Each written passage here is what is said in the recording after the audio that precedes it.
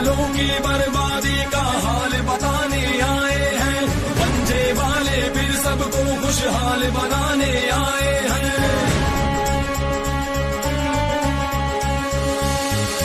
10 सालों की बर्बादी का हाल बताने आए हैं, पंजे वाले फिर सबको खुशहाल बनाने आए हैं। अरे बहुत रह चुके बेबस और लाचार,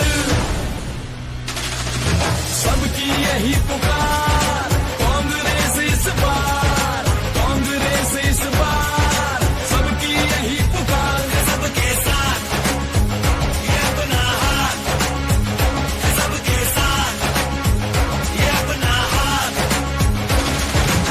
चुनावी दौर है और उत्तर प्रदेश में 2022 में चुनाव होने हैं और विभिन्न दलों के नेता अपनी जोर आजमाइश में अभी से जुट गए हैं, क्षेत्र में भ्रमण कर रहे हैं, क्षेत्र में जनता को अपने अपने विचारधारा के बारे में बता रहे हैं कि हमारी पार्टी की ये विचारधारा है, हमसे जुड़िए, हम क्या कुछ कर सकते हैं आपके लिए, बेहतर से बेहतर काम कर सकते हैं। इस तरह की बातें जो है बताई जा रही हैं।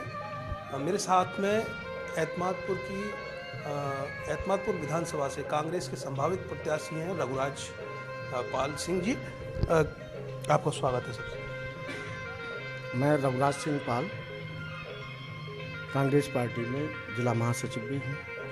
और किस तरह का पूरी तैयारी चल रही है? आप एतमादपुर विधानसभा से दावेदार हैं, संभावित प्रत्याशी हैं कांग्रेस से, तो किस तरह का भ्रमण चल रहा है? क्षेत्र की जनता से किस तरह से मुलाकात हो रही है आपकी? इस समय वैसे सभी ब्लॉक अध्यक्ष हमारे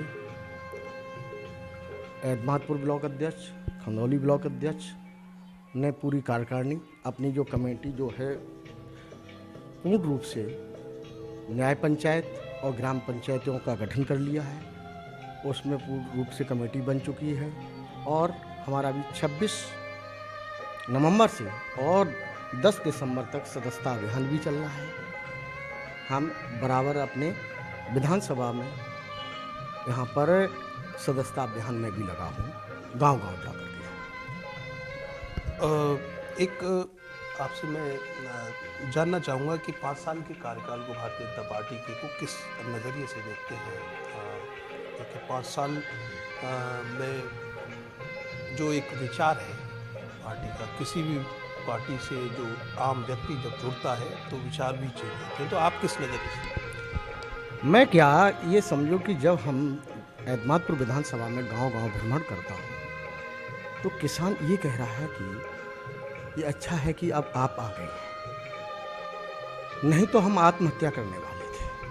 क्यों कि हमारी जब फसल की बुवाई के लिए डीएपी नहीं मिल रही है ना, और जब फसलों के लिए डीएपी नहीं मिलेगी तो हम फसल कहाँ से उपजाएंगे? ये बहुत बड़ी समस्याएं हैं और वर्तमान सरकार ने जो अपने एजेंडे में रखा था उन एजेंडों को तो पूरा कर ही नहीं पाई, चाहे उस समय की अगर 2017 के चुनाव के इनके एजेंडों को उठा लिया जाए।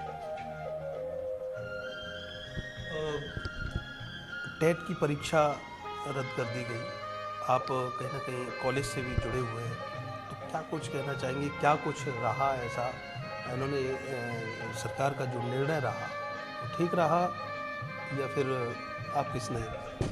इनका तो ये सीधा साधा है कि हम तो केवल जनता को, युवाओं को, उन्होंने तो इस अपने शासन में वर्तमान सरकार ने लाखों लोगों को बेरोजगार कर दिया, युवाओं को, और वो नौकरियों तो देना नहीं चाहते हैं, केवल युवाओं को गुमराह करना चाहते हैं। और इसी नज़रिए से उन्होंने क्या किया, स्वयं उनका सचिव, जो एग्ज़ाम होना है, बच्चे कितनी मेहनत करते हैं, गरीब किसान का बेटा कैसे कैसे कोचिंग करता जा करके, है ना, और जब फिर उन्हीं का सचिव उसको पेपर को आउट कर देता है और देखा जाए तो 2 दिन बाद वही सचिव बहाल भी कर दिया जाता है। ऐसे को तो तुरंत ही इन्हें जेल भेजना चाहिए।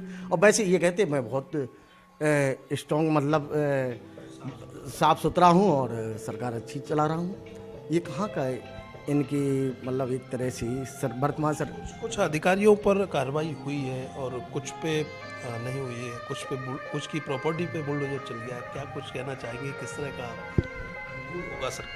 देखिए साहब, एक बात बताएं, इनके तो पूर्ण रूप से नियत में खोट है। ये तो देख लेते हैं कि किस पर हमें बुलडोजर चलाना है और किसको साफ निकाल देना है। और यहाँ तक कि जब अधिकारियों पर कार्रवाई होती भी है, यहाँ तक कि दोषी खूब अधिकारी पाया जाए तो मालूम पड़े कि उसके खिलाफ अगर मान लीजिए पहले तो एफआईआर ही दर्ज नहीं होगी, और एफआईआर दर्ज भी कर दी गई तो उसके बाद उसे गिरफ्तार नहीं किया जाएगा, मुकदमा नहीं चलेगा। और वैसे तो ये और सरकारों पर उंगली उठाते थे, है ना, लेकिन इन्हें उन पर कोई कार्रवाई करनी नहीं है। आपको लगता है बाबा की जो योगी आदित्यनाथ हैं प्रदेश के मुखिया, उनकी करनी और कथनी में कुछ अंतर लगता है क्या? बाबा जी की बात कर रहे हैं। बाबा जी तो सबसे बड़े झूठ बोलने वाले व्यक्ति हैं। जिस समय कोरोना चल रहा था ना, तो उस समय डॉक्टर लोग तो कह रहे सिलेंडर नहीं है, और ये कह रहे कि यहाँ गैस की कमी नहीं, गैस सिलेंडर ऑक्सीजन के पूरे हैं, है ना। दूर क्यों जाओ, कुछ दिन पहले मीडिया ने ही, यानी ये करीब हुए या अगस्त का पेपर होगा, पेपर का ध्यान नहीं है मेरे पास, अगर रखा होगा मैं देखता हूँ कि इन्होंने तो आगरा के अंदर ये कह दिया था कि मेट्रो का भी काम लगभग पूरा हो चुका है, और देखा जाए तो कालिंदी विहार में तो अभी नंबर तक नहीं लगा है, केवल वही फतेहाबाद ताजमहल की तरफ ही उधर ही काम चल रहा है। तो इनका तो झूठ बोलने का तो भंडार है, उसकी कोई वो नहीं है सीमा, कितना भी झूठ बोल सकते हैं। कोविड में इन्होंने सेवा तो बहुत की, राशन दिया है लोगों को। अब मार्च तक इनका ऐलान हुआ है कि वो मार्च तक राशन देंगे, सबको फ्री निःशुल्क राशन देंगे। एक चीज़ और सर आपको बताना चाह रहा हूँ, ये केवल गुमराह करते हैं। राशन क्या कांग्रेस के ज़माने में नहीं मिलता था? कांग्रेस के समय में भी तो राशन कार्ड थे, फ्री दे रहे हैं। अरे एक बात बता दो, पैसा किसका है? जनता का पैसा। जो कोरोना में जो फंड गया है दान में, अगर उसका पूरा अगर हिसाब लिया जाए, जब हाई कोर्ट ने भी सुप्रीम कोर्ट ने भी ये कहा कि जो लोग कोरोना में डेथ हुई उनके परिवार को कुछ न कुछ जो धन देना चाहिए वो अभी तक नहीं दिया गया। काफ़ी संस्थाओं से जो पैसा पहुंचा है उसका कोई हिसाब नहीं है। बाकी तो आप स्वयं जानते होंगे, हमें नहीं कहना है, क्योंकि कांग्रेस ने हिसाब मांगा। अब जब अभी बात करते हो, क्योंकि वो तो सीधे अभी जेल भेजने के लिए तैयार रहते हैं। जेल से डर जाते हैं कांग्रेस? बिल्कुल नहीं, मैं तो नहीं डरे। मांगना चाहिए ना हिसाब। ऐसा है, जब वो अभी और समय आएगा, ठीक है, तो अभी एक एक चीज़ का इनसे हिसाब ले लिया जाएगा। ये बचेंगे नहीं, ये मत सोचिए कि चाहे वो मुख्यमंत्री जी हो, योगी जी हो, चाहे वो मोदी जी हो। कहीं विपक्षी दल आंदोलन करने से डर क्यों रही है? मतलब ऐसा लग रहा है कि महामारी एक्ट लगा दिया जाएगा या फिर इस तरह से जेल भेज दिया जाएगा, ये डर आपको सता रहा है कि प्रदर्शन भी नहीं कर सकते, इसकी वजह से आवाज़ भी नहीं उठा सकते जनता, कैसा लग रहा है? नहीं सर, ऐसा है, एक चीज़ फिर बता दूँ, अन्य पार्टियाँ डर रही हैं, सपा डर रही है, बसपा डर रही है, लेकिन हम कांग्रेस ही नहीं डर रही है। क्योंकि जब किसानों पर गाड़ी चलाई थी, है ना, तब भी हमारी दीदी प्रियंका जी वहाँ पहुँची थी। उसके बाद जेल भरो आंदोलन हमने खुद कलेक्ट्रेट पर किया था, है ना, हम लोगों ने खुद गिरफ्तारी दी थी, है ना। अब क्या लगता है कि आपका जो एक प्रचार चल रहा है एतमादपुर विधानसभा में, किस तरह का रुझान जनता का मिल रहा है आपको? किस तरह का आपके प्रति लोगों की एक सोच है? क्या मुलाकातें आपकी हो रही होंगी लोगों के बीच में? जनता का इतना बड़ा रुझान आ रहा है, ये कह रहे हैं कि आज तक जो अभी क्षेत्रीय पार्टियों ने जो हमारा शोषण किया है ना, वो अब हम नहीं झेलेंगे। आप आ गए हैं, बहुत अच्छा है, अब हम आपके साथ हैं। जितना किसान भाई है, इन्होंने एक और प्रतिज्ञा ले ली है। ये कहते थे कि जैसे कि आप न्यूज़ चैनल से हैं तो आपसे का परिचय पूछते हैं कि आप कहाँ से हैं, तो बोलेंगे मैं न्यूज़ चैनल से हूँ। इसी तरह से वकील लोगों से पूछा जाता है कि आप कौन हैं, तो बोलते हैं मैं वकील हूँ। सिपाही से अगर कांस्टेबल से पूछा जाए, यूपी पुलिस से, तो वो कहता है मैं एक कांस्टेबल यानी पुलिस का सिपाही हूँ। फौजी से पूछा जाए आप कौन हैं, तो वो कहता है मैं फौजी हूँ। और इसी तरह से डॉक्टर से पूछते हैं तो डॉक्टर भी कहता है कि मैं एक डॉक्टर हूँ। इसी तरह से किसानों ने भी ये कह दिया है कि मैं जब वोट की लाइन में लगे होंगे तो वहाँ पर मैं ना ये देखेंगे कि मैं एक ठाकुर हूँ, या ब्राह्मण हूँ या बघेल हूँ या मैं वाल्मीकि हूँ या मैं जाटव हूँ, ये कुछ नहीं। अब हम लोग जब लाइन में लगे होंगे तो उस समय केवल एक ही मेरी सोच रहेगी कि हम लोग यही आपस में कहेंगे कि मैं एक किसान हूँ। जब डॉक्टर ये कह सकता कि मैं डॉक्टर हूँ, इकट्ठे होते हैं। इसका मतलब कांग्रेस जातिगत आंकड़ों पर नहीं लड़ेगी। नहीं, यानी कांग्रेस के साथ किसान भाई पूरा साथ है।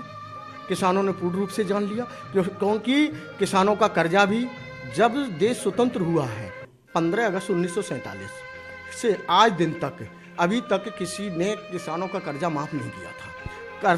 कर्जा जो माफ़ हुआ है वो किसान भाई भी कह रहे हैं, वो केवल हमारे कांग्रेस सरकार में ही हुआ था। जो ज़रूरतें हैं लोगों की, आम लोगों की, कहीं ना कहीं प्रियंका गांधी जो 9 सूत्री अपने एक तरह से 9 सूत्र लेके आई है और जनता के बीच में रख रहे हैं। 2022 का चुनाव उन्हीं 9 सूत्रों पर लड़ा जाएगा। बिजली, पानी, किसान, रोजगार और राशन, इस तरह के 9 सूत्र हैं उनके। और क्या लगता है ये 9 सूत्र प्रभावी होंगे?